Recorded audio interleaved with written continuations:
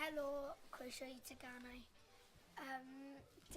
Dyma WWE figures fi a yr un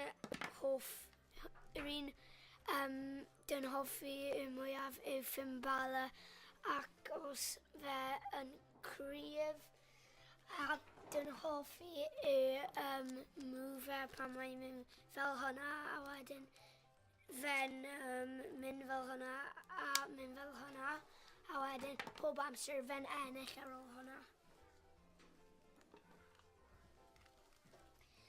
Dwi'n hoffi, fi'n really hoffi y car fi ac os dwi'n gallu drifo fe mewn y TV pob dydd ac dwi'n really hoffi fe ac os mae'n rhif 28 a mae gen engine really enfawr hefyd.